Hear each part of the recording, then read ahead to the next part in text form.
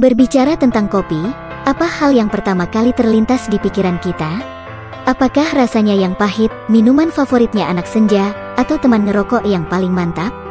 Tapi bagaimana jika kopi ternyata memiliki sejarah yang jauh lebih menarik dan berpengaruh daripada apa yang kita duga dan kita kira? Selamat datang kembali di channel 7 Checkup. Pada video kali ini, kita akan mengungkapkan bagaimana runtuhnya monarki Prancis pada abad ke-18 di balik secangkir kopi. Tahukah kalian bahwa budaya nongkrong minum kopi pada waktu itu sebenarnya bukanlah budaya atau kebiasaan yang familiar bagi masyarakat Prancis? Sampai suatu ketika ada seorang pendatang asal Italia bernama Francesco Procopio dei Coltelli membuka sebuah kedai kopi bernama Le Procop di Paris. Menariknya, kedai kopi tersebut menjadi awal mula budaya nongkrong minum kopi mulai berkembang di sana. Hingga menjadi tempat bertemunya orang-orang dari berbagai macam kelas sosial untuk berdiskusi dan bertukar pikiran. Meluasnya ketidakpuasan sosial di kalangan rakyat Prancis pada masa pemerintahan Raja Louis ke-14 membuka jalan bagi peristiwa-peristiwa penting yang akan terjadi dan mempengaruhi nasib Prancis dalam dekade-dekade berikutnya. Pada masa pemerintahan Raja Louis ke-14, kelompok-kelompok rakyat mulai merasakan beban pajak yang berat, penganiayaan, dan kesenjangan sosial yang semakin meningkat. Kebijakan absolutisme monarki yang memberikan kekuasaan yang sangat besar pada raja pada saat itu sangat menyiksa dan membatasi kebebasan sipil rakyat.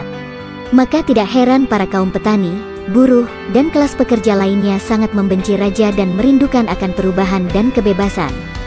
Kedai kopi Le Procop pun menjadi tempat berkumpulnya orang-orang untuk berdiskusi dan bertukar pikiran hingga melahirkan gagasan-gagasan revolusioner. Diskusi-diskusi di kedai kopi menjadi sarana untuk menyampaikan aspirasi dan ide-ide perubahan.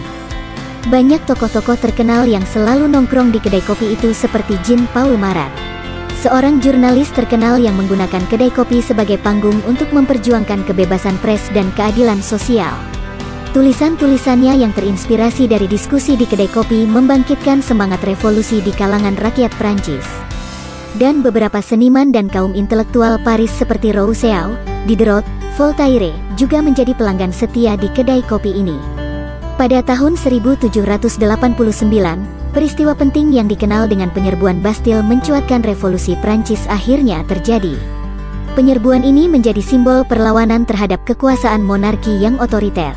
Tapi tahukah Anda bahwa kopi juga berperan penting dalam kejadian ini?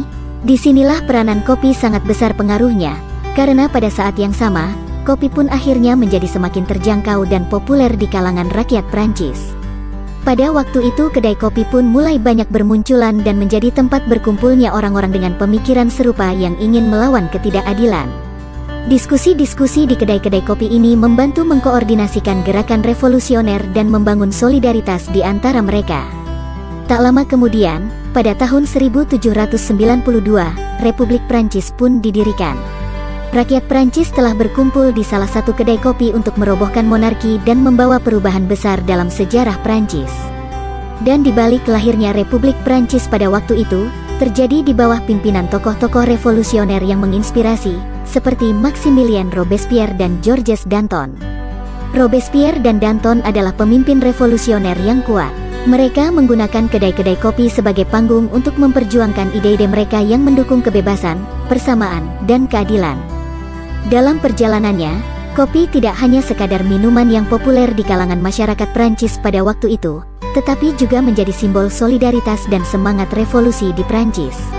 Kedai-kedai kopi menjadi tempat berkumpulnya pemikir-pemikir revolusioner yang membentuk nasib Prancis yang baru.